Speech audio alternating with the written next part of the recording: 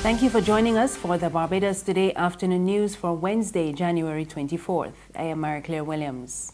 Residents of Dark Hole in St. Joseph are calling for urgent action following last weekend's road collapse. They say they are frustrated at the current state of the road and would like officials to address the issue. On the weekend, MP for the area, Dale Marshall, blamed what he said was government's negligence in the area. And one resident, Ron Knight, spoke to Barbados Today about the community's plight. Bus transportation is the main transportation, the main road. There's no other road to connect us to St. Andrew unless we go around Parks Road and go down Coggin. And there's a lot of drive and a lot of bad roads. But and according to that, there the water main has broken, and we had water outages from Friday night. Well, on Saturday they find a way to connect to cap off that main and bring the water from St. Joseph down. And since that day, the pipe broke about 3 times since that. So we are suffering for water right now. And according to transportation now, the bus comes down here. It can't really come down here and turn now. So the resident has to walk up the hill to catch a bus, and it's not much shorty.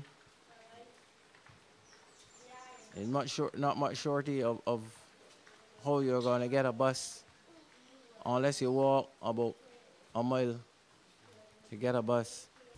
When contacted this morning, Transport and Works Minister Michael Lashley said he was unable to comment at the time. The Caribbean Court of Justice today began hearing appeals from 2 Barbadian convicted murderers. Dwayne Severin is on death row for the November 2009 murder of Virgil Barton in Lucas Street, St. Philip. Jabari Neves, meanwhile, was found guilty of murdering Jason Ricardo Burnett on November 17, 2006. The 2 had challenged their convictions on the grounds that they were unsafe and unsatisfactory, and the death sentence was unconstitutional and needed to be so declared. But the Court of Appeal dismissed their challenges in May last year. The then acting president of the Court of Appeal, Madam Justice Sandra Mason, ruled that the mandatory death penalty had been preserved in Section 26 of the Constitution, and judges could not determine whether it should remain on the country's books.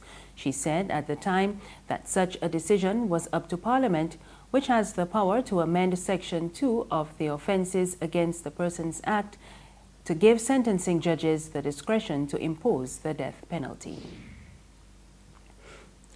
The head of the Barbados Private Sector Association, Charles Herbert, is warning that the island is not yet out of the woods, even though it has been removed from the European Union's blacklist of uncooperative tax jurisdictions. Yesterday, Barbados was among 8 countries, including Grenada, to be removed to a separate category of jurisdictions that are now subject to close monitoring. The EU Council said the delisting was justified in light of an expert assessment of the commitments made by jurisdictions to address deficiencies identified by the EU. But Herbert says while he is pleased with the EU's decision, he wants government to act quickly to ensure that Barbados is placed on a white list. There's regional and international news after this short break.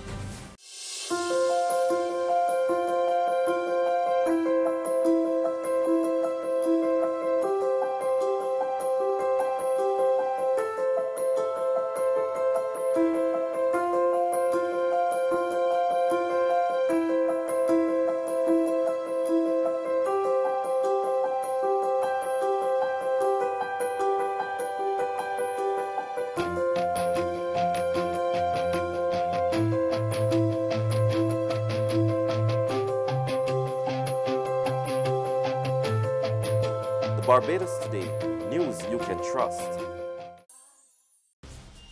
Thank you for staying with us. We're back with news from the region, and we go to the Dominican Republic, where security forces there are beefing up their borders in a bid to prevent what they call the illegal and massive entry of Haitians. The Defense Minister, Ruben Dario Paulino Sem, says 641 soldiers have been sent to several areas. And according to him, the reinforcement is helping to significantly reduce the number of undocumented Haitian returnees trying to enter the country on a daily basis. He gave no official figures, but observers estimate that up to 1,000 Haitians return to the border daily. Officials in Santo Domingo say more than 5,000 Haitian nationals have been deported in the first 20 days of the year. On the international scene, at least 2 people were killed today and 12 injured when attackers detonated explosives and stormed the offices of international charity Save the Children. About 50 staff members were believed to be in the building at the time. The Islamic State group says 3 of its fighters were behind the attack. Save the Children has temporarily suspended all of its Afghan programs. And finally, Mexico's drug cartels are said to be crippling the country's oil refineries. We tell you how in this report from Reuters. As Mexico contends with corruption scandals, a lagging economy, and a rising murder rate, fuel has become the root of some of Mexico's biggest problems, and the country's violent drug cartels are to blame. Here in Salamanca, home to the second oldest state-run refinery, fuel theft is not just hurting Pemex, but is terrorizing the entire city. And gangs often extort refinery workers into providing crucial information. I spoke to a Pemex worker who had to leave the Salamanca refinery because he was targeted by fuel thieves due to the information that he had in his job. He was in charge of pumping fuel through pipelines across Mexico, and as such, he had vital information for the fuel thieves. He could tell them when and where to tap a pipeline in order to extract fuel. That's news this afternoon. Remember, you can get more on our website, www.barbadostoday.bb.